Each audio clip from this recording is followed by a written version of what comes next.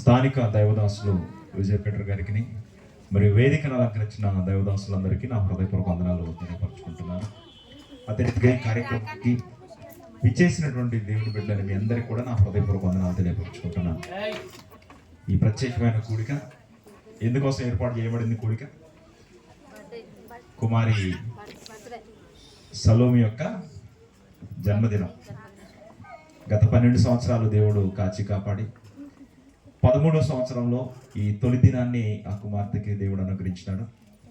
ఈ జన్మదినాన్ని పురస్కరించుకొని ఈ కూడిక కుటుంబ సభ్యులు సంఘంతో కలిసి ఈ కృతజ్ఞత కూడిక ఏర్పాటు చేసుకోవడానికి మంచి నిర్ణయాన్ని తీసుకున్నారు.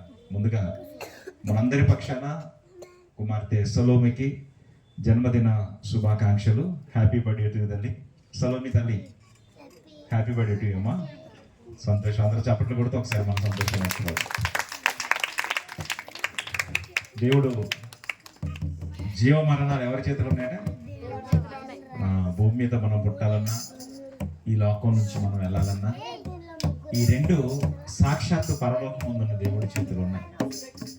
కాబట్టి విజయ్ పీటర్ గారిని మరియు వారి జీవిత భాగస్వామి సిస్టర్ గారిని ఆశీర్వదించి దేవుడు 3 గర్భఫలాలను ఇవ్వడం, కుమార్తె రెండవదిగా ఈ లోకంలోనికి వారి గర్భం నుంచి వచ్చి 12 సంవత్సరాలు దిగ్విజయంగా పూర్తి చేసుకొని 13వ సంవత్సరంలో అడుగుపెట్టింది. కాబట్టి ఈరోజు వాళ్ళు అనుకుంటే ఆ కుమార్తె ఈ లోకంలోనికి రాలేదు. ఇంకా చెప్పాలంటే ఇక్కడున్న మనం ఎవరు అనుకుంటే కూడా ఈ భూమి మీదకి రాలేదు. మన పుట్టుక వెనకాతల మన అమ్మ నాన్న కారణమా? పోనీ మన ఊరోళ్ళ? మనందరి పుట్టుక వెనకాతల సాక్షాత్తు పరలోకమందు ఉన్నటువంటి దేవుడి యొక్క హస్తము, ఆయన నిర్ణయం ఉంది. కాబట్టి పుట్టినటువంటి మనిషి లోకంలో ఎలా బ్రతకాలో తెలియక ఈ ప్రపంచంలో ఏది చెడిపోకపోయినా చెడిపోయింది అనేది ఉందంటే మానవ జీవితాలు తప్ప ఈరోజు ఏమీ చెడిపోలేదు. మనిషి అనేవాడు చెడిపోయాడు, ప్రకృతిని పాడు చేశాడు. మనిషి అనేవాడు చెడిపోయాడు, ఈ పంచభూతాలను పాడు చేశాడు. మనిషి అనేవాడు చెడిపోయి జీవరాశిని పాడు చేశాడు. చివరికి ఇది చాలదంటూ ఈ భూమిని విడిచిపెట్టి అంతరిక్షంలోనికి కూడా వెళ్ళి అంతరిక్షాన్ని కూడా మనిషి పాడు చేస్తుంటున్నాడు. అంటే ఒకవైపు ఈ ప్రకృతిని పాడు చేస్తూ మరలా మనం అనే భాష ఏంటంటే ఏమండి రోజులు మంచిగా లేవండి అనే పదాలు మనం వాడుతుంటాం. ఏ మంచిగా లేవట? ఏమండి ఒకప్పటి రోజులండి బాగున్నాయి, ఒకప్పటి రోజులు వేరండి, ఒకప్పటి కాలం వేరండి, ఈరోజు పరిస్థితులు బాగోలేవండి, రోజులు మారిపోయాయని అంటారు. నిజంగా అడుగుతాను, రోజులు ఏమన్నా మారాయా? మనిషి మారాడా? మంగళవారం అదే మంగళవారం ఉంది, సోమవారం అదే సోమవారం ఉంది, బుధవారం అదే బుధవారం ఉంది. లేదంటే 15 ఏళ్ల క్రితము 24 గంటలకు ఒక రోజు ఉండేది, ఈ మధ్యకాలంలో 25 గంటలు లేదని చెప్పగలమా? మన తాత ముత్తాతల కాలం నుంచి జరిగేది ఏంటంటే ఈ ప్రకృతిలో క్రమం తప్పకుండా సమస్తములు జరుగుతున్నాయి. మరి ఇప్పుడు పరిస్థితులు బాగోలేవు అంటున్నాం అంటే మారింది ఈ పంచభూతాలు కాదు, మనిషి యొక్క మనస్తత్వమే మారిపోయింది. మనిషి యొక్క ఉద్దేశాలు మారిపోయాయి. మనిషి చివరికి ఎలా మారిపోయాడంటే దయ్యము అని చెప్పుకుంటూ ఈరోజు మనుషులు భయపడుతున్నాడు. చివరికి దయ్యంగా మనిషి యొక్క మనస్తత్వాలు మారిపోతాయి. ఏం జరిగింది అని ఆలోచించడానికంటే ముందు, ఎందుకు ఇలా సమాజం మారిపోయిందని ఆలోచించడానికి ముందు, ఈరోజు మనిషి ఏమనుకుంటుందంటే నేను బాగుంటే చాలు, లేదంటే నేను బాగున్నాననేటువంటి ఒక దృక్పథంలో మనిషి బ్రతుకుతున్నాడు. ఈ ప్రకృతి అంతా బాగుండి చెడిపోయింది మనిషి అని మన కళ్ళకు గిట్టినట్టు కనపడుతున్నా ఎందుకు ఇది జరిగిందని ఆలోచించడం పక్కన పెట్టి జరిగిన తప్పిదాలకు ఎదుటివారిని నిందించుకుంటూ వెళ్ళిపోతున్నటువంటి కాలంలో ఈ రాత్రికాల సమయంలో ఏం జరిగిందని పరిశుద్ధ గ్రంథంలోనికి మనం వెళ్ళి ఆలోచన చేద్దాం. సహజంగా మానవ జీవితంలో పిల్లలు తల్లిదండ్రులకు కలగగానే మనకు వచ్చే ఆలోచనలు ఏంటి చెప్పండి? వారికి చక్కటి పోషక ఆహారాన్ని ఇచ్చి వారిని ఎదిగించాలి. నెమ్మదిగా 4 ఏళ్ల తర్వాత వాళ్ళు ఏం చేయాలనుకుంటాము? ప్రాథమిక విద్యలోనికి అంగన్వాడీ స్కూల్ కావచ్చు, ప్రాథమిక పాఠశాల కావచ్చు, వాడి పేరు నమోదు చేసి స్కూల్లో జాయిన్ చేస్తాం బిడ్డల్ని. నెమ్మదిగా 7th క్లాస్ అయిపోయింది, 10th క్లాస్కి వచ్చాడు. 10th క్లాస్ అయిపోయిన తర్వాత మరలా ప్రాథమిక విద్య నుంచి కళాశాల విద్యలోనికి పిల్లల్ని తీసుకుని వెళ్తాం.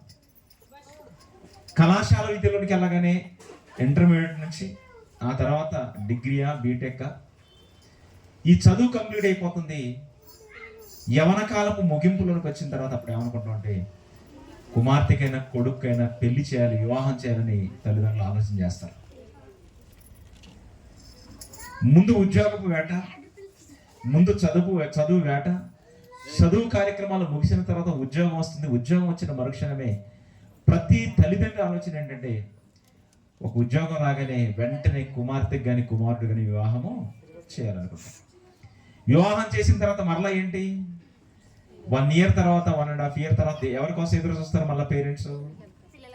వాళ్ళ కడుపున ఏదో కాయ కాస్తే మీరు ఉద్యోగాల్లో బిజీ అయిపోతున్నారా? ఇదిగో మేము టైం పాస్ అవ్వడానికి మీరు ఎవరన్నా ఒకరిని కని మా చేతులు పెడితే మీ మీద వాళ్ళతో కాలం గడిపేస్తుంటాం అని మనం మాట్లాడుతుంటాం. అంటే మానవ జీవితాల్లో, మనుషుల యొక్క జీవితాల్లో జరుగుతున్నది ఏంటంటే ఏమంటే పిల్లల్ని ఒకవేళ స్కూల్లో వేయలేదు అనుకోండి, వెంటనే మనం ఏమంటాం చెప్పండి? ఇటు పిల్లలు స్కూల్కి పంపట్లేదా, ఇటు చదివించట్లేదా? పోనీ యవన కాలం వచ్చేసింది, ఎవరన్నా ఒక యవనస్తులు ఇంట్లో ఉన్నారని బంధువులు కానీ ఊరు వాళ్ళు కానీ మనకు నెలవైన వాళ్ళు కానీ ఇంటికి రాగానే వాళ్ళు అడిగేది ఏంటి చెప్పండి? వెంటనే ఫస్ట్ మీరు ఏం చేస్తున్నారంటారు. ఏమంటే ఏం చేస్తుంది మీ అబ్బాయి, మీ అమ్మాయి ఏం చేస్తుంది? అవునా కదా? మీ పిల్లలు ఏం చేస్తున్నారు అంటే ఏదో ఒకటి చెయ్యాలని వాళ్ళ ఉద్దేశం. మా పిల్లలు ఏం చేయరని వాళ్ళకి చెప్పామనుకోండి, ఊరుకుంటారా? అదేంటి ఏం చేయకపోవటం ఏంటి? ఆ తర్వాత వయసు పెరిగి ఒక 25 వచ్చాయి, ఆ పైన ఇంకో వయసు పెద్దదైపోతున్నట్టు మళ్ళీ అంటారు పెళ్ళైందా, పిల్లలకు అమ్మాయికి పెళ్ళైందా, అబ్బాయికి పెళ్ళైందా అంటే ఒకవేళ పెళ్లి చేయలేదు అనుకోండి, ఇటు ఇంకా పెళ్ళి అవ్వలేదా? పోనీ పెళ్లి కూడా జరిగిపోయింది, 2 సంవత్సరాల తర్వాత మరలా కలిస్తే ఏమన్నా మీ పిల్లలకి ఏమైనా సంతానం కలిగిందా? అంటే మానవ జీవితంలో బాల్య దినాల్లో చదువుకోవాలని, యవన కాలంలో ఉద్యోగం చేయాలని, ఆ తర్వాత వివాహం చేసుకోవాలని, ఏమండి ఆ తర్వాత పిల్లల్ని కలాలని, ఆ తర్వాత ముగింపులోకి వెళ్ళిపోయిన తర్వాత ఏంటండి ఇప్పుడు ఏం చేస్తారని, ఏముందండి రిటైర్డ్ అయిపోయాం, పిల్లలతో మేము ఆలనా పాలన చూసుకుంటూ మేము టైం గడిపేస్తున్నాం. అంటే బాల్యంలో చదువుకోవాలి, యవనంలో వాళ్ళు ఉద్యోగం సంపాదించుకుని పెళ్లి చేసుకోవాలి, నడి వయసులోకి వచ్చినప్పుడు భార్య వచ్చేసింది కాబట్టి జీవితంలోనికి 1 సంవత్సరం 2 సంవత్సరాల తర్వాత పిల్లలు వచ్చారు కాబట్టి కుటుంబ భారం మోయాలి, అంటే కుటుంబం మీద బాధ్యతను మోయాలి. ముగింపులోకి వచ్చేసరికి ఆ వృద్ధాప్యంలో రిటైర్డ్ అయ్యి మనవరాలతో ఆడుకోవాలి. అంటే మానవ జీవితాన్ని 4 దశలుగా మనం విడగొడితే ప్రియులారా, మొదటి బాల్యము చదువు, యవన కాలము చదువు ముగింపు మరియు ఉద్యోగము వివాహము, నడి వయసుకు వచ్చిన తర్వాత మరలా నడి వయసులో కుటుంబ బాధ్యతలు. ఏమంటే అప్పటిదాకా పెళ్లి కాకముందు ఒక్కరే ఉంటాం, పెళ్ళైన తర్వాత ఎవరు వచ్చారు? జీవితంలోనికి భార్య అనే ఒక భోగి వచ్చేసింది. ఒక 2 సంవత్సరాల తర్వాత మరలా కుమారుడు కుమార్తెని మరలా ఒక 2 భోగిలాడే. అప్పుడు ఏమైంది? కుటుంబ యజమానికి అప్పటి వరకు ఒంటరిగా ఉన్నవాడికి వివాహం తర్వాత సంఖ్య పెరుగుతున్నది ఏంటంటే బాధ్యతలు పెరుగుతున్నాయి.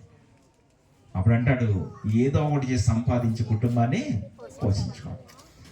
అప్పటి వరకు తల్లిదండ్రుల మీద మనం ఆధారపడతాం, పెళ్ళైన తర్వాత మన మీద ఆధారపడ్డ వాళ్ళని పోషించడం కోసం మనిషి అహర్నిశలో కష్టపడుతుంటాడు.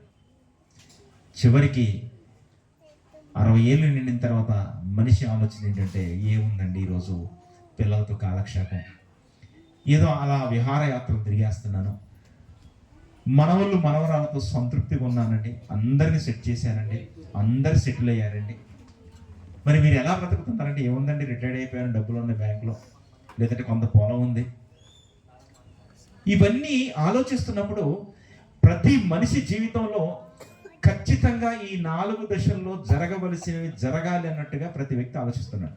అందుకని మీరు ఆలోచించండి, మన పిల్లల్ని బాల్యంలో చదివిస్తున్నాం, చదివించట్లేదు? 100% చదివిస్తున్నాం. మన పిల్లలు యవన కాలంలో డిగ్రీ పూర్తయిన తర్వాత ఉద్యోగం కోసం మనం వేటాడిస్తున్నాం, ఆ తర్వాత వివాహం చేస్తున్నాం. ప్రతి ఒక్క కుటుంబంలో ఇదే స్థితి కొనసాగుతుంటున్నప్పుడు, ఇదే మనిషి జీవితంలో రిపీటెడ్గా అవ్వాలి అని జరుగుతున్నప్పుడు, అనుకుంటున్నప్పుడు, ఇది మానవ ఆలోచన లేకపోతే దేవుని ఆలోచన అని ఒకవేళ జాగ్రత్తగా మనం ఆలోచిస్తే, దేవునికి కూడా ఒక ప్రణాళిక ఉంటుంది. మరి ఇది దేవుని ప్రణాళిక అని ఆలోచించినప్పుడు పరిశుద్ధ గ్రంథంలో దేవుడు ఏం చెప్పాడనేది ఈరోజు మనిషి ఆలోచించాలి. ప్రతి కుటుంబంలో జరుగుతుంది, మన రాష్ట్రంలో జరుగుతుంది, మన దేశంలో జరుగుతుంది, ప్రపంచ దేశాల్లో ఎక్కడికి వెళ్ళినప్పుడు ఇదే జరుగుతుంది. కాబట్టి మనకు కూడా ఏం అలవాటైంది? మనిషి అనేవాడు ఇలానే ఉండాలని మనకు అర్థమైపోయింది, అలవాటైపోయింది.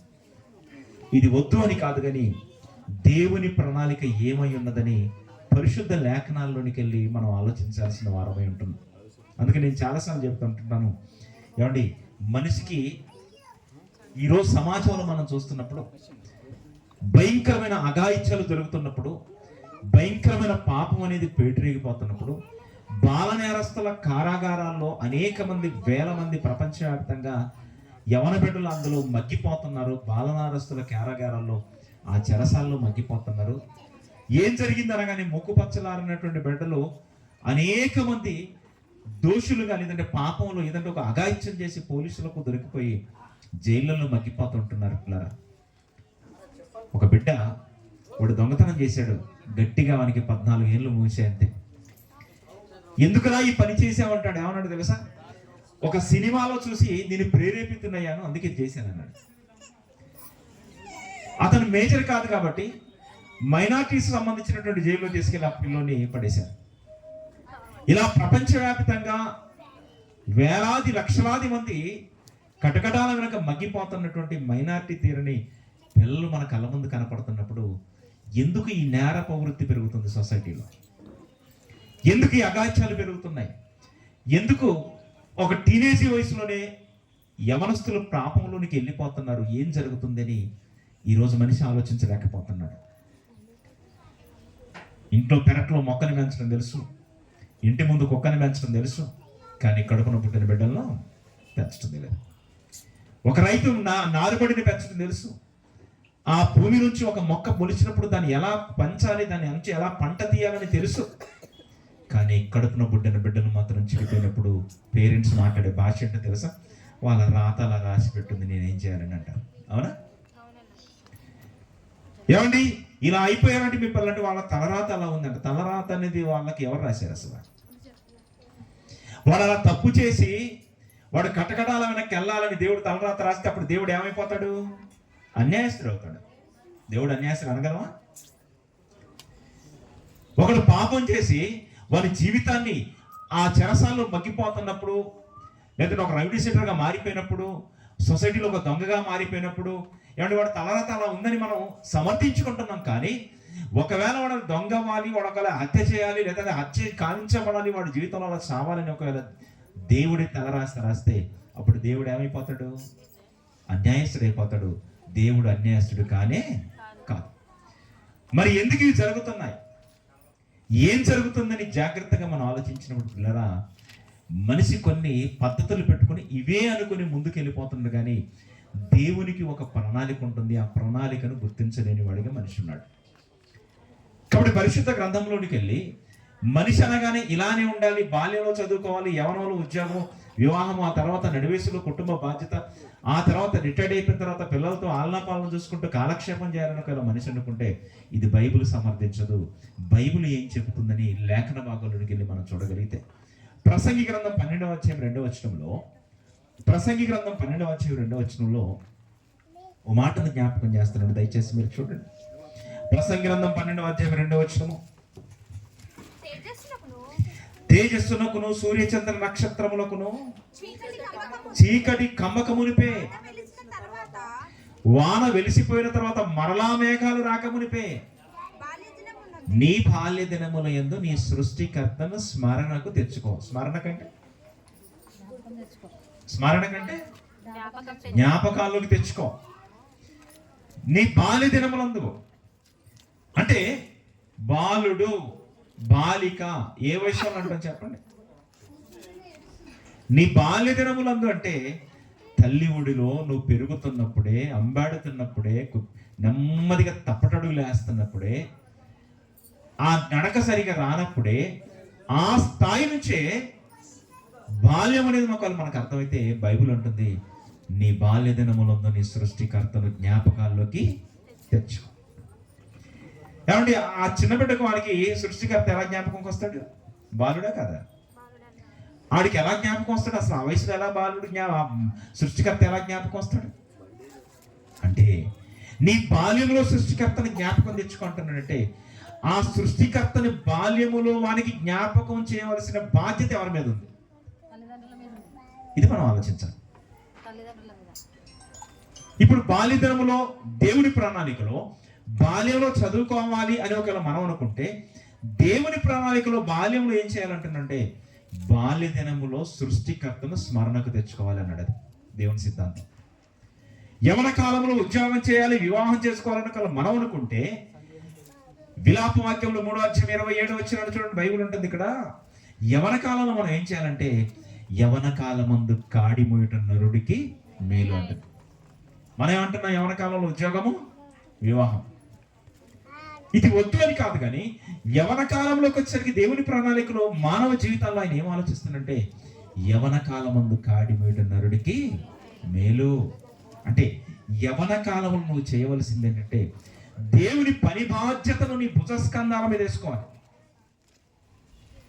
ఆయన పక్కన పెట్టేసి నువ్వు లోకానికి దగ్గర కాకూడదు. నువ్వు యవన కాలంలోకి రాగానే నువ్వు దేవుని పని బాధ్యతను భుజాన వేసుకోవాలి. ఆ తర్వాత నడివయసు వచ్చేస్తుంది. నడివయసు వచ్చేసిన తర్వాత నీకేముండాలి, నాకేముండాలంటే, కొరింథీయులకు రాసినటువంటి మొదటి పత్రిక 2వ పత్రిక 11:28 11:28 ఇక్కడ మాటను జ్ఞాపకం చేస్తూ అపోస్తలుడైన పౌలు గారు తన నడివయసులో ఒక మాట జ్ఞాపకం చేస్తున్నాడు. 28 చూడతల్లి. ఇదియును కాక సంఘములన్నిటిని కూర్చిన చింతయు నాకు కలదు, ఈ భారము నాకు, నా మీద దినము నాకు కలుగుతుంది. ఈ భారం అన్నాడు. ఏ భారము? కుటుంబ భారమా, సంఘ భారం? కుటుంబ భారం, సంఘ భారం? ఏ భారం? సంఘములను గుర్చిన చింత. అంటే సంఘపు భారము నడివయసులోకి వచ్చినప్పుడు ప్రతి వ్యక్తి మీద ఉండాలి. అంటే ఇక్కడ ఈ భారం అనేది దినదినం మనకు కలగాలి. ఈరోజు ఏమైపోతుంది? కుటుంబం కుటుంబం కుటుంబం కుటుంబం. ఏమండి? కోటి ఆశలు దేనికట? కోటి కోసం. ఈ కోటి ప్రయత్నాలు, అనేకమైన అహర్నిశల కష్టం, ఇవన్నీ దేనికోసం అయ్యా? ఉదయం 6 గంటలకు వెళ్ళి నైట్ 6ంటికి వచ్చేస్తాను, నైట్ 9ంటికి వచ్చేస్తాను. దేనికోసం? కుటుంబం కోసం. కాబట్టి ఈ శ్రమలో దేవుని కోసం ఏం ఆలోచన ఉంది అని జాగ్రత్తగా ఆలోచించినప్పుడు దేవుణ్ణి మనిషి పక్కన పెట్టేశాడు. కానీ దేవుని ప్రణాళికలో మానవ జీవితాల్లో ఏం కావాలని కోరుకున్నాడంటే, బాల్యంలో నీ సృష్టికర్తను స్మరణకు తెచ్చుకో.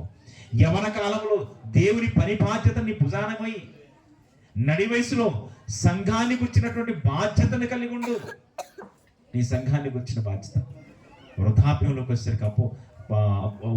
వచ్చేసరికి దావీదు గారు మహారాజు ఆయన మాట్లాడతాడు. కీర్తన గ్రంథం 71:18 మీరు జాగ్రత్తగా చూడగలిగితే 18 వచ్చు తరములకు నీ బాహుబలమును నీ శౌర్యమును తెలియపరచుటకు తండ్రి తలనరిసి నేను వృద్ధుడనే అంతవరకు నన్ను విడిచిపెట్టకుంటే, రాబోయే తరాలకు నేను ముసలివాణ్ణై తలనరిసి వృద్ధుడినైనప్పుడు ఆ రాబోయే తరాలకు నీ గురించి నేను చెప్పాలి, నీ బాహుబలమును గురించి నేను చెప్పాలి. అంటే రిటైర్డ్ అయిన తర్వాత మనం కాలక్షేపంగా పిల్లలతో ఆడుకోవటం కాదు, ఆ పిల్లలకు నువ్వేం చెప్పాలంటే వచ్చే తరానికి నీ బాహుబలమును చెప్పాలి. అంటే దేవుని ప్రణాళికలో మానవ జీవితాల గురించి ఏం ఆలోచిస్తున్నాడు? బాల్యంలో నీ సృష్టికర్తను స్మరణకు తెచ్చుకో. యవన కాలమందులు కాడిపోయి నడి వయసులో సంఘాన్ని గురించిన బాధ్యతని కలిగి ఉండు.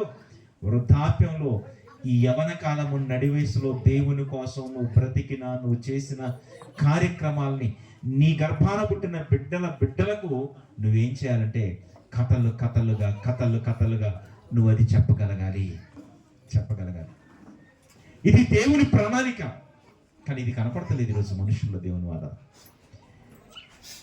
ఇది జరగాలి అంటే ఈ వృద్ధాప్యంలో దేవుడి యొక్క గొప్పతనాన్ని మనవరాలతో డిస్కషన్ చేయాలి. ఒక వృద్ధాప్యంలో ఉన్నవారంటే ఏం జరగాలంటే బాల్య దినములో సృష్టికర్తను ముందు స్మరణకు తెచ్చుకుని ఉండాలి.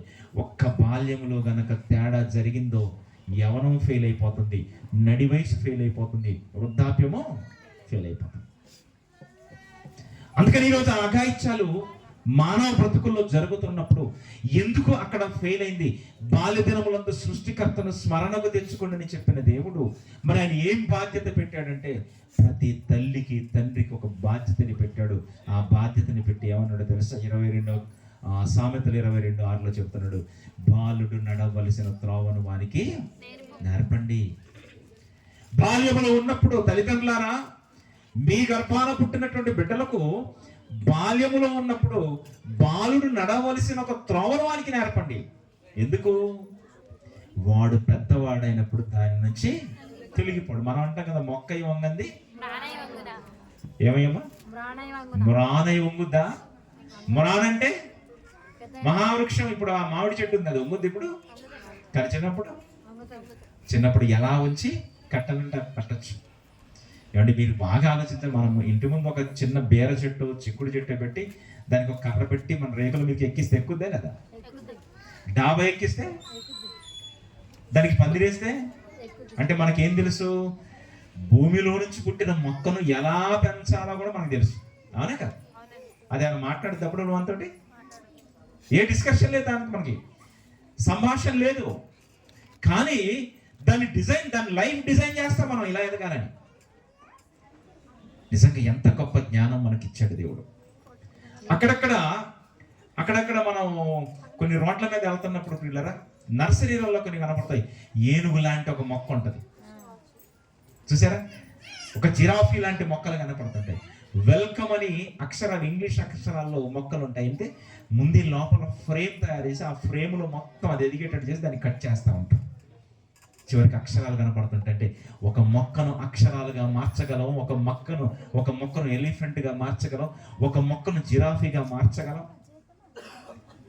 కానీ మన కడుపులో 9 మాసాలుండి పుట్టిన తర్వాత ఆ బిడ్డల గురించి మాత్రం ఒకరోజు మనం మాట్లాడుతూ మనం అనే భాష ఏంటో తెలుసా?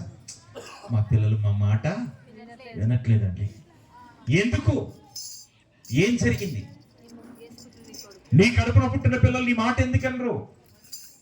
ఎందుకు వినట్లేదంటే వాళ్ళకు ఎక్కడ ఒక పునాది వేయాలో అక్కడ నువ్వు గాడి తప్పిపోయావు. వాళ్ళ బాల్యంలో మనం ఏం చేయాలో అది తప్పించేసి దైవత్వాన్ని నూరిపోయాల్సిన బిడ్డలకు మనం ఏం చేసామంటే ఈ రంగుల ప్రపంచాన్ని చూపెట్టి మనం ఏమన్నా తెలుసు, రాయ్ నువ్వు బాగా చదువుకోవాలి, నువ్వు కలెక్టర్ అవ్వాలి, డాక్టర్ అవ్వాలి, నువ్వు యాక్టర్ అవ్వాలి, నువ్వు స్టార్ అవ్వాలి. కానీ ఏ రోజైనా పిల్లల్ని కూర్చోబెట్టి దేవుడు మీ పుట్టుక కారణం మేము కాదురా అమ్మా, మీ పుట్టుక కారణం మన దేవుడు అనుకుంటే భూమి మీదకి మనం వచ్చాం, దేవుడు మనల్ని కన్నాడు, మరలా ఈ లోకాన్ని విడిచిపెట్టి మనం ఒకరోజు పరలోకానికి వెళ్ళాలి, దీని వెనకాతల దేవుడి హస్తం ఉంది మన పుట్టుక వెనకాతలని ఏ రోజైనా పిల్లలతో కూర్చొని మాట్లాడావా? లేదు. దేవుని వాళ్ళరా, ఎగ్జామ్ ఎలా రాసావు? రేపు ఎగ్జామ్ ఉంది, బాగా చదువుతున్నావా? మార్కులు తక్కువ వచ్చాయేంటి? నీ ప్రోగ్రెస్ కార్డు ఎక్కడుంది? ఎంతసేపు ఇవే మన పిల్లలతో మాట్లాడేది. కానీ ప్రార్థన చేసుకున్నావా? కనీసం బైబిల్ చదువుకున్నావా? నువ్వు ప్రార్థన చేసి కనపడట్లేదు, ఏమైంది చెప్పు? మందిరానికి వెళ్తున్నావా? పేరెంట్స్ చాలా మంది ఏం చేస్తారు తెలుసా? అరే నేను చర్చికి వెళ్తున్నాను కానీ ఇంటికాడ జాగ్రత్త అని పిల్లలు ఇంటికాడ నుంచి వెళ్ళిపోతారు చాలా మంది. అంటే ప్రార్థనకి వెళ్ళాల్సింది ముందు పిల్లల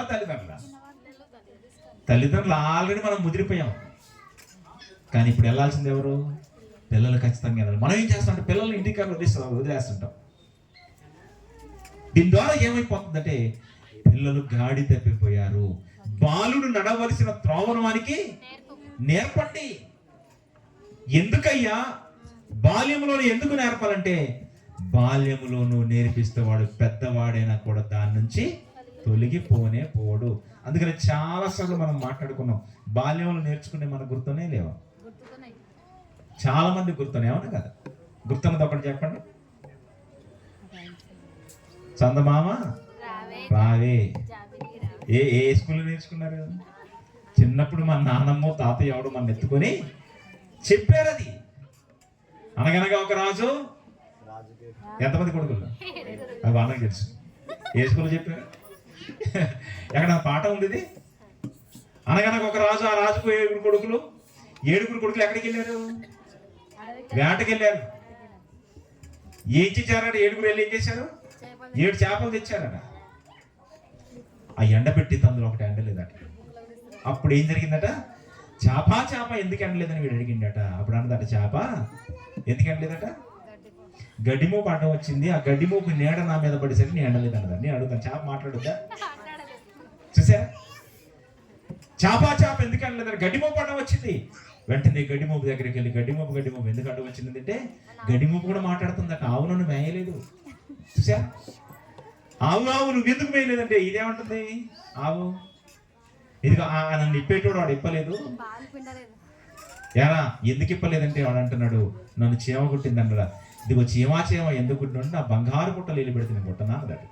దానికి ఒక బంగారు పుట్ట, గడ్డి మూపు మాట్లాడడం, ఆవు మాట్లాడడం. ఏమండి, ఇది అబద్ధమా నిజమా చెప్పండి? అబద్ధమైన మన మెదడులో ఎంత నిక్షిప్తంగా జ్ఞాపకాలను చూడండి. ఇది ఎందుకు మనకు జ్ఞాపకం ఉందంటే కారణం ఒకే ఒకటి. బాల్యములో ఉన్నప్పుడు మన మెదడులో అది పోసారు, నూరి పోసారు. బాల్యములు ఉన్నప్పుడు మనకు అది ఎక్కిచ్చారు.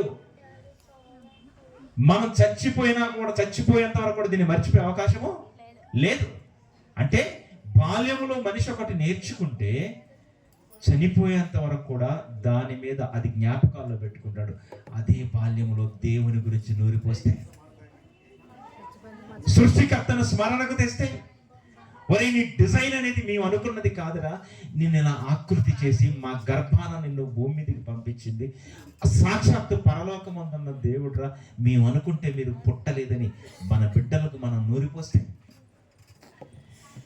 దైవత్వాన్ని విడిచిపెట్టి వక్ర మార్గంలో నువ్వు వెళితే ఒకరోజు నరకానికి వెళ్ళిపోతుంది. చచ్చిన తర్వాత దేవుడు ఆరన్నిటిలోకి పంపించేస్తాడు.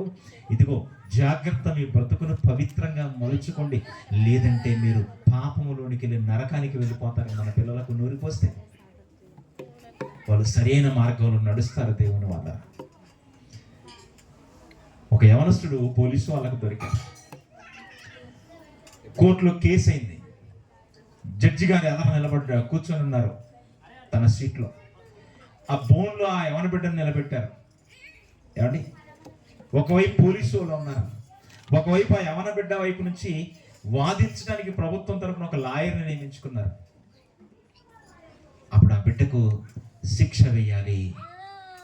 ఏం చేశాడు ఇంతకు వీడు? ఏటీఎం చోరీకి ప్రయత్నించాడు. ఏటీఎంలోకి వెళ్తే కార్డు పట్టుకుని మనం ముందు ఉండాలి. వీడు ఎడిపోయిండు, స్క్రూ డ్రైవర్ పట్టుకుని వెనక్కి వెళ్ళిండు. ఏటీఎం వెనక ఏం పడ్డా నీకు? ఏటీఎం వెనకాతలు ఏం పని నీకు? వెంటనే వెనకాతల స్క్రూలు ఇప్పగానే సైరన్ మోగింది. దానికి పరిసర ప్రాంతాల్లో ఉన్న పోలీస్ స్టేషన్కి మెసేజ్ వెళ్ళింది. వెంటనే పోలీసు వాళ్ళు కదిలి వచ్చేసారు. ఆ పిల్లవాడిని పట్టుకున్నారు. గట్టిగా వాడికి 15 సంవత్సరాలు. ఏం జరిగింది అసలు? ఏం జరిగిందంటే ఒకరోజు వాడు చిన్న బిడ్డగా ఉన్నాడు. చిన్న బిడ్డగా ఉన్నప్పుడు అటు వాడు ఏం చేశాడు, వాడు చిన్న బిడ్డగా చక్కగా ఫస్ట్ క్లాస్ చదువుతున్నప్పుడు అటు ఇటు తిరుగుతూ ఉన్నప్పుడు కాలంలో, చిన్న పిల్లలతో ఆడుకుంటున్న కాలంలో పక్కింటి కాడ నుంచి ఒక కోడిగుడు పట్టుకొని వచ్చినాడు. వీడు కోడిగుడు పట్టరాగానే వాళ్ళ అమ్మ ఏం చేసిందంటే నవ్వుతూ, మా నాన్నే, మా కన్నే, మా బుజ్జి తండ్రి, ఆయన్ని గట్టిగా వాటేసుకొని ముద్దులు పెట్టి, వాడిని అద్దేసుకొని ముద్దులు పెట్టి ఆ కోడిగుడ్డు ఆమ్లెట్ వేసి వానికి సగం పెట్టి ఆ సగం తినదాడు. ఇప్పుడు వీడు ఏం చూశాడు? ఆ చంటి బిడ్డ అంటే, నేను కోడిగుడ్డు తేగానే మా అమ్మ ఇంత సంతోషంగా ఉందేంటి, కోడిగుడ్డు తేగానే మా అమ్మ ఇంత ఆనందంగా ఉందేంటి అంటే, మా అమ్మకు నేను ఏదో ఒకటి తెస్తే సంతోషంగా ఉంటుంది. కోడిగుడ్డుని తెస్తేనే మా అమ్మ ఇంత సంతోషంగా ఉంది, కోడిని తెస్తే వాడు ఏం ప్లాన్ వేసాడు? కోడిగుడ్డు తెస్తే ఇంత సంతోషంగా ఉంది మా అమ్మని. మరనాడు వెళ్ళి వాడు కోడిని పట్టుకొచ్చాడు. కోడిని పట్టరాని ఏమేం చేసింది? మంచిగా వేడి నీళ్ళు పెట్టింది, మెడకాయ తెప్పించింది, నీళ్ళల్లో ముంచింది, బూరు పీకేసింది, వంట చేసింది. మళ్ళీ పకాపక నవ్వుకుంటూ ఆ బిడ్డని ప్రేమించి ముద్దులు పెడుతుంది.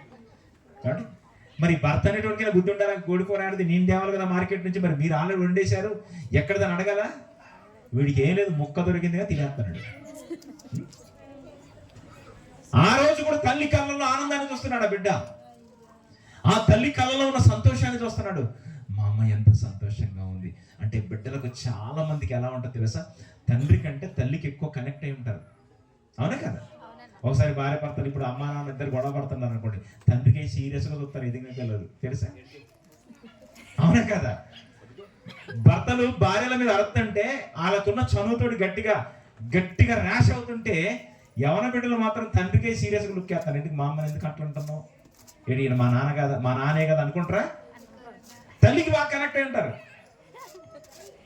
ఆయన కోడిని తెచ్చాడు, వండి పెట్టింది, తల్లి కళలు సంతోషాన్ని చూశాడు. కోడిని తెస్తే మా అమ్మ ఆనందంగా ఉంది అనుకున్నాడు. ఒకరోజు ఒక ఇంటికి వెళ్ళాడు, బంగారపు రింగు పట్టుకొచ్చాడు, తల్లి ఇంకా ఆనందంగా ఉంది. ఒకరోజు పరుసు కొట్టేశాడు. ఇలా వాని జీవితంలో ఏదో ఒకటి తెచ్చుడు పెరిగిపోతుంది. ఒకరోజు ఎక్కువ తేవాలి ఏదో ఒకటి. ఏటీఎంని చోరీ చేస్తే మంచిదని ఏటీఎం చోరీకి ప్రయత్నించాడు, పోలీసులు దొరికిపోయాడు. ఏదో ఒకరోజు పాపం పండుద్ది, సమయం పట్టొచ్చు కానీ రహస్యమైనది ఏది బహిర్గతం కాక పోదు. పోలీసు వాళ్ళకి దొరికాడు, కథం. ఆ రోజు జైల్లో, ఆ రోజు కోర్టులో జడ్జి ముందు కూర్చున్నాడు. అప్పుడు జడ్జి గారు అడుగుతున్నారా, ఏంటి నీ వయసు ఎంత, నువ్వు చేసిన పని ఏంటి, గుర్తుందా?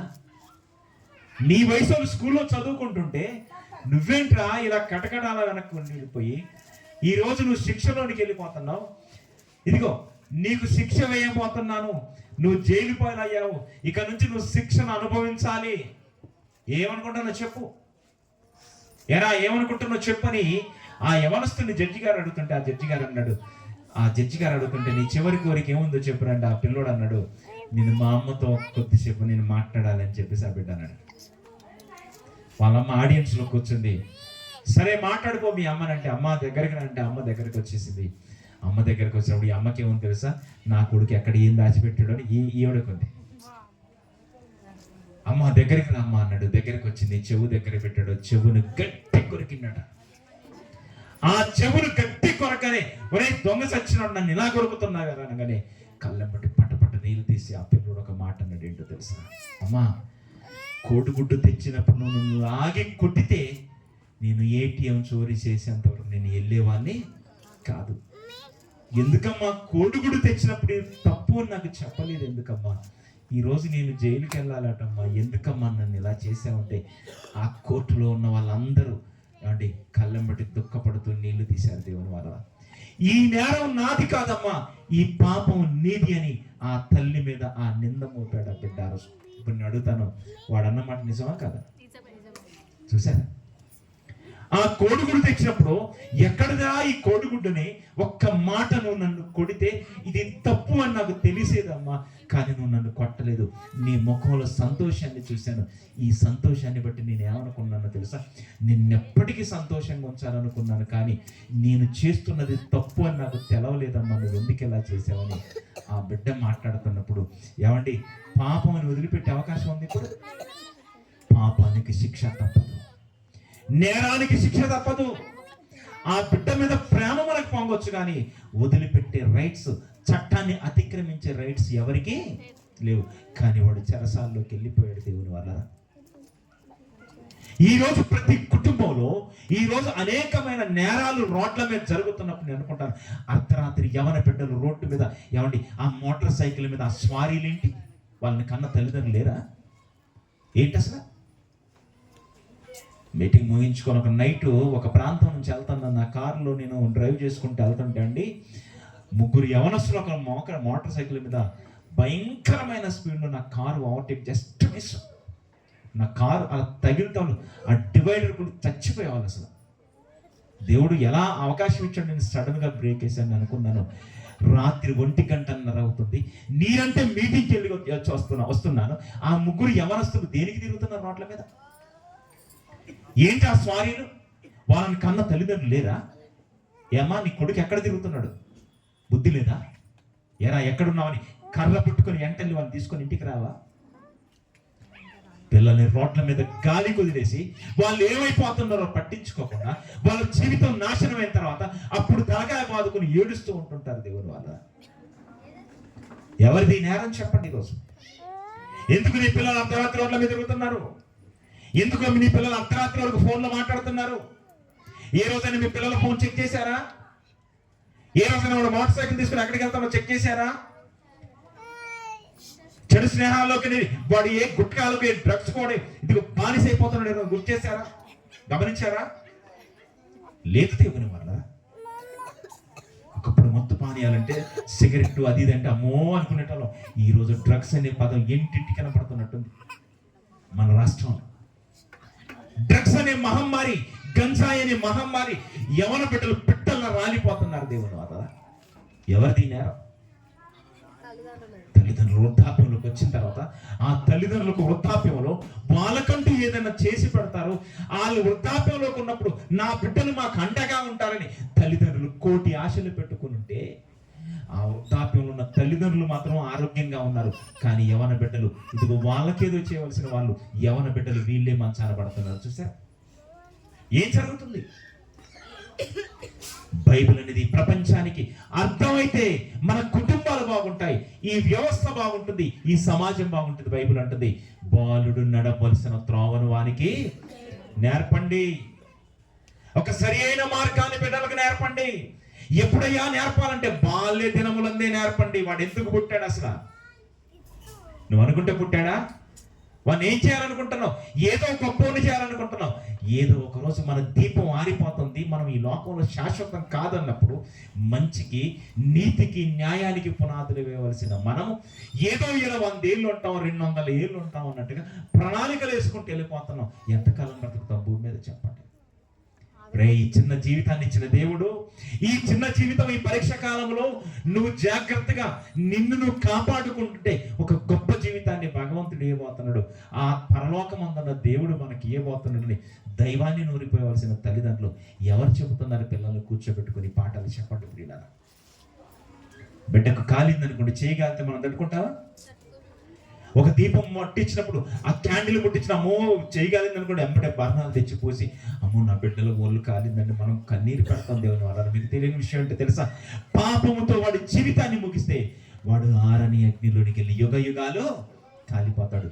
ఏమంటే అది తప్పించాలని ఆలోచన ఈరోజు పేరెంట్స్కి లేదు. దేవుని వల్ల పేరెంట్స్కి లేదు. మన పిల్లలు బాగుండాలి, మన కుటుంబాలు బాగుండాలి, ఈ వ్యవస్థ బాగుండాలంటే ప్రతి కుటుంబంలో మీ గర్భాన పుట్టిన బిడ్డల యొక్క బాధ్యత మీరు గమనించాలి. ఎక్కడో పట్టుకెళ్ళేసి హాస్టల్లో పడేస్తాం కదా, వాడు ఎక్కడన్నా దాన్ని సాటర్డే వెళ్ళి మనం కలిసి రావాలి, శనివారం వెళ్ళి మనం కలవాలి, సెకండ్ సాటర్డే వెళ్ళి కలవాలి, లేదంటే ఆదివారం మనం వెళ్ళాలి, ఆ ఒక్కరోజు వంట చేసుకుని వెళ్ళాలి. కానీ ఈ వారం రోజులు, ఈ సంవత్సరాల చదువుల్లో ఎవరితో స్నేహంగా ఉంటున్నారు మన పిల్లలు? లోకంతో స్నేహంగా ఉంటున్నారు. వాళ్ళకి మంచి చెడు, ఈ వివేచన, ఈ దిశానిర్దేశం ఎవరు చేస్తారు? సంఘానికి సమాసంగా మీ బిడ్డలు ఉంటున్నారా? కుటుంబాలుగా సంఘానికి మనం వస్తున్నామా?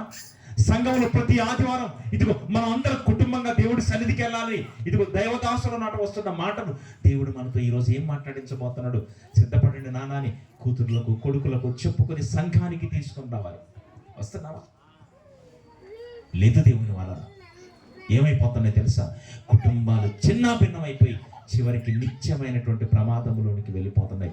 బైబిల్ అంటుంది బాల్య దినములోనే సృష్టికర్తను స్మరణకు తెచ్చుకో, నీ బాలుడు నడవలసిన త్రోవను వానికి నేర్పండి. వానికి నేర్పండి, వానికి నేర్పండి. ఏంటి ఆ త్రోవ? ఎక్కడుంది వానికి నేర్పాల్సిన త్రోవ? ఈ ప్రపంచంలో ఎక్కడుంది ఒక బాలుడు నడవలసిన త్రోవ? ఈ ప్రపంచంలో ఒక మనిషిలా బ్రతకాలని ఎక్కడుంది త్రోవ? ఏ యూనివర్సిటీలో నేర్పిస్తున్నారు? ఏ కళాశాలలో నేర్పిస్తున్నాడు? మనిషి అనేవాడు ఇలా బ్రతకాలని ఎక్కడ ఎవరు నేర్పిస్తున్నారంటే నేర్పండి అని చెప్పిన దేవుడే ఈ ప్రపంచంలో ఏ పాఠశాలలో ఇలా బ్రతకాలని చెప్పరు. దేవుని వల్ల ఇలా బ్రతకాలని చెప్పరు. ఎలా బ్రతకాలో చెప్తే దేవుడు చెప్పాలి. ఒకవేళ దేవుడు చెప్పాలి ఎలా బ్రతకాలి, మనిషి ఎలా బ్రతకాలో దేవుడే చెప్పాలి. దేవుడు చెప్తే ఏమన్నాడు తెలుసా? ఎఫెసీయులకు రాసిన పత్రిక 6వ అధ్యాయం 4వ వచనంలో, ఎఫెసీయులకు రాసిన పత్రిక 6వ అధ్యాయం 4వ వచనంలో ఆయన చెబుతున్న ఒక అద్భుతమైన మాట చూడండి పిల్లరా. తండ్రులారా మీ పిల్లలకు కోపము రేపక యేసుక్రీస్తు వారి యొక్క శిక్షలోను ఆయన యొక్క బోధనలోను మీ పిల్లల్ని పెంచండి అన్నాడు. చూసారా? తండ్రులారా మీ పిల్లలకు కోపం రేపకండి. చాలా మంది కుటుంబాల్లో ఇదిగో తండ్రులకు ఎందుకు చెప్తున్నాడు దేవుడు? కుటుంబ బాధ్యత మోయాల్సింది ఎవరు? తండ్రి. మరి పిల్లలకి ఎందుకు కోపం వస్తుంది తండ్రి మీద? కుటుంబ బాధ్యతను ఒక తండ్రి విస్మరించినప్పుడు, ఒక తండ్రి మద్యానికి బానిసైనప్పుడు, కుటుంబాన్ని పోషించినప్పుడు, బిడ్డల్ని రోడ్డు మీద పడేసినప్పుడు పిల్లల కోపం వస్తుంది. బైబిల్ అంటుంది, తండ్రులారా మీ పిల్లలకు కోపం రేపకండి, మీ బాధ్యతను మీరు నెరవేరుస్తూ మీ పిల్లల్ని సరైన మార్గంలో పెట్టండి. ఏ మార్గంలో పెట్టమంటారు తండ్రి అంటే దేవుడు అంటున్నాడు, ప్రభు యొక్క శిక్షలో, ప్రభు యొక్క బోధలో మీ పిల్లల్ని పెంచండి అన్నాడు. నేను అడుగుతాను, ప్రభువులా ఎందుకు పెంచాలి? ఈ లోకంలో మహాత్ములు ఉన్నారు, ఈ లోకంలో స్వాతంత్ర పోరాటంలో పాల్గొన్నవారు ఉన్నారు, ఈ లోకంలో లక్షల కోట్లకు అధిపతులైనటువంటి ప్రపంచ దేశాల్లో ఇదిగో చాలా ధనవంతులు ఉన్నారు, వేల మంది చదవరులు ఉన్నారు, ఉన్నతమైన డిగ్రీలు సంపాదించిన వాళ్ళు ఉన్నారు, ప్రపంచ దేశాల్లో ఉన్నతమైన యూనివర్సిటీలో చదివి ఇదిగో పట్టాలు పొందిన వారు ఉన్నారు. వాళ్ళ పేర్లు చెప్పొచ్చు కదా. నేనెందుకు ప్రభువులా పెంచాలి నా పిల్లల్ని? బైబిల్ అంటుంది, మీ పిల్లల్ని యేసుక్రీస్తుని పెంచాలి. ఎందుకు పెంచాలి యేసుక్రీస్తుని? ఎందుకు పెంచాలి? సరే, ఆయనలో ఎందుకు పెంచాలి? ప్రశ్నించడం మనందరికి అలవాటు కావాలి. అసలు ఎందుకు పెంచాలి? ఆయనలా ఏముంది? ఆయనలో గొప్పతనం? ఈ ప్రపంచంలో ఎవరిలో లేని గొప్పతనం ఆయనలో ఏముంది? ఆయనలో ఎందుకు పెంచమంటావు తండ్రి? ఒకవేళ దేవుణ్ణి ప్రశ్నిస్తే హెబ్రీయులకు రాసిన పత్రిక పరిశుద్ధ గ్రంథంలోనికి వెళ్ళి చూడగలిగితే పిల్లరా, 7వ అధ్యాయం 25వ వచనాన్ని చూడండి పిల్లరా. ఎందుకు యేసుక్రీస్తులా పెంచాలి పిల్లల్ని చెబుతున్నాడు. హెబ్రీయులకు రాసిన పత్రిక 7వ అధ్యాయం 25వ వచనంలో, ఈయన తన ద్వారా దేవుని యొద్దకు వచ్చు వారి పక్షమున విజ్ఞాపనము చేయుటకు నిరంతరము జీవించుచున్నాడు. కాబట్టి వారిని సంపూర్ణముగా రక్షించుటకు శక్తిమంతుడై ఉన్నాడు. ఇది మాట చెప్తున్నాడు, పవిత్రుడును నిర్దోషియు నిష్కల్మషుడును పాపులలో చేరక ప్రత్యేకముగా ఉన్నవాడు. ఎవరట? పవిత్రుడు, నెక్స్ట్ నిర్దోషి, మూడోది నిష్కల్మషుడు, కల్మషం లేదు, నాలుగోది పాపములలో చేరక ప్రత్యేకంగా ఉన్నాడు. అసలు యేసుక్రీస్తులో ఒక పాపం అనేది ఎతికిన, భూతత్వం పెట్టి ఎతికిన ఆయనలో పాపం అనేది లేదు, కనపడదు దేవుని వల్ల. ఆయన పవిత్రుడు, చూసారా? ఆయన పవిత్రుడు, ఆయన నిర్దోషి, ఆయన ఏ దోషము లేదు. యేసుక్రీస్తు తప్పు చేసిన ఒకటి. ఈ ప్రపంచంలో అనేక మంది నిందిస్తే క్రైస్తవులను నిందిస్తారు, కానీ క్రీస్తుని ఎవరు నిందించరు తెలుసా? చాలా మంది అంటారు క్రీస్తు మహానుభావుడు అండి. ఎందుకు?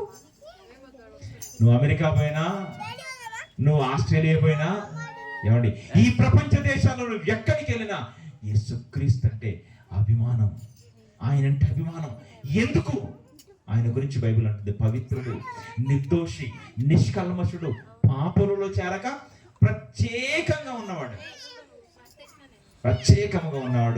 కింద ఒక అద్భుతమైన పదం రాసేటండి, ఆకాశ మండలము కంటే మిక్కిలి హెచ్చైన వాడు ఇట్టి ప్రధాన యాజకుడు, మనకి సరిపోయిన వాడు. ఇతడు కరెక్ట్ పర్సన్ అన్నమాట. ఒక మనిషి బ్రతకాలంటే ఈయన్ని చూపెడితే మాదిరి సరిపోతాడు. చూసారా? ఇతను మనకు సరిపోయిన వాడంటే ఇలా బ్రతకాలి. యేసుక్రీస్తు ఈ లోకంలో ఉన్నప్పుడు ఆయన ఎలా బ్రతికాడట తెలుసా ప్రియులా? ఆయన ఎలా బ్రతికాడటంటే, ఇది చాలా ఆశానుభావుడు, చక్కటి బలవంతుడైన దృఢమైన శరీరం కలిగిన వాడు.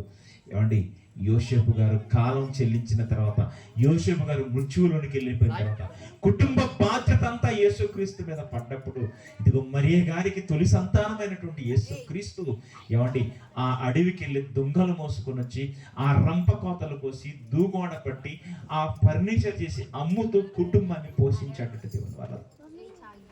అంటే యేసుక్రీస్తు కుటుంబ బాధ్యత కలిగిన వాడు, తల్లి పట్ల గౌరవం కలిగిన వాడు, కుటుంబ సభ్యుల పట్ల గౌరవం కలిగిన వాడు, సమాజాన్ని ప్రేమించిన వాడు. ఏమండి ఆయన ఎన్ని గుణాలు, ఆయనలో సద్గుణాలు మనకు కనపడుతున్నాయి. చూసారా? ఆకాశ మండలం కంటే మిక్కిలి హెచ్చైన వాడు అంటే ప్రపంచములో ఏ కోణంలో ఆలోచించిన నెంబర్ 1 ప్లేస్ లో యేసుక్రీస్తు వారు కనపడుతున్నారు. ఈరోజు నెంబర్ 1 ప్లేస్ ఆయన మొదటి స్థానంలో ఉన్నాడు. అంతేకాదు బైబిల్ అంటుంది, ఆయన మరణించి తిరిగి 3వ రోజు లేచాడు. ఆయన మృతుల్లో నుంచి ఇదిగో సజీవునిగా తిరిగి లేచి పరలోకానికి వెళ్ళి ఇదిగో దేవుని కుడి పార్శ్వమందు కూర్చున్నాడు. అంటే ఈ భూమి మీదకి వచ్చిన యేసుక్రీస్తు 33.5 సంవత్సరాలు ఇలా బ్రతికాడు. ఈ పాపలోకంలోనే బ్రతికాడు, కానీ పాపం ఏమాత్రము చేయలేదు. ఆయన మరణించి 3వ రోజు తిరిగి లేచాడు. ఆయన ఎక్కడున్నాడు ఇప్పుడు అంటే ఆయన పరలోకంలో సజీవులుగా ఉన్నారు. ఇప్పుడు జాగ్రత్తగా ఆలోచించండి, మన పిల్లలు ఎవరిలో పెంచాలన్నాడు? మీరు యేసుక్రీస్తులా పెంచితే మీ పిల్లలు మీ గర్భవాసం నుంచి లోకంలోకి వచ్చారు. యేసులా మీ పిల్లల్ని పెంచితే ఈ భూలోకంలో నుంచి మరలా పరలోకంలోకి వెళ్ళిపోతారు. అంటే పరలోకము నుంచి వచ్చిన మనము తిరిగి పరలోకం అనే ఆ నిత్యత్వంలో మనం అడుగు పెట్టాలి. ఆ నిత్యమైనటువంటి రాజ్యంలో అడుగు పెట్టాలి. అంటే స్వర్గంలో మనం అడుగు పెట్టాలంటే బైబిల్ అంటుంది యేసులా ప్రతి మనిషి మారాలి. యేసుక్రీస్తులా ప్రతి మనిషి మారాలి. యేసుక్రీస్తుల పవిత్రంగా మారాలి. ఆయన పరలోకానికి వెళ్ళాడు, నువ్వు నేను కూడా పరలోకానికి వెళ్ళాలి దేవుని వల్ల. అందుకే బైబిల్ ఉంటుంది నీ పిల్లల్ని ప్రభు యొక్క శిక్షలో బోధలు పెంచండి, బాలు నడవలసిన త్రోవను వానికి ఏర్పండి. ఈ లోకంలో ఎంత డబ్బున్నా ఎంత పెద్ద ఉద్యోగం అయినా నువ్వు వెళ్ళిపోయిన తర్వాత సీటు కాలేపి ఇంకోటి వచ్చేస్తుంది దానిలోకి. కానీ నీకంటూ ఒక సీట్ కన్ఫర్మ్ కావాలి. ఎక్కడంటే నువ్వు పరలోకంలో సీట్ సంపాదించుకోవాలి. బైబిల్ అంటుంది యేసుక్రీస్తు వారు మాట్లాడుతుంది నా ద్వారా తప్ప ఎవడును తండ్రి యొద్దకు రాడంటే పరలోకానికి ఎవరు రావాలన్న మార్గము, దిక్సూచి, ఆ నావిగేషన్ మ్యాప్ ఆ యేసుక్రీస్తుని క్లిక్ చేస్తేనే నీకు రూట్ కనపడుతుంది. ఆయన పక్కన పెట్టి నువ్వు పరలోకానికి వెళ్ళడం అసాధ్యం. ఈ మాటను మనకు అర్థమైతే దేవుని వల్ల ఈ రోజు పిల్లలు పుట్టారని మనం సంతోషపడుతున్నాం, కానీ పరలోకమందున్న దేవుడు ఏమనుకుంటున్నాడో తెలుసా? పిల్లలు లోకంలో పుట్టినందుకు ఆయనకి సంతోషం లేదు, ఆయనలో దుఃఖం, ఆయనలో బాధ కనపడుతుంది. ఎందుకంటే నా దగ్గర నుంచే పరలోకం నుంచి భూమి మీదకి వెళ్ళారు, ఇదిగో నరులారా తిరిగి రండి అని ఆయన పిలుస్తున్నాడు.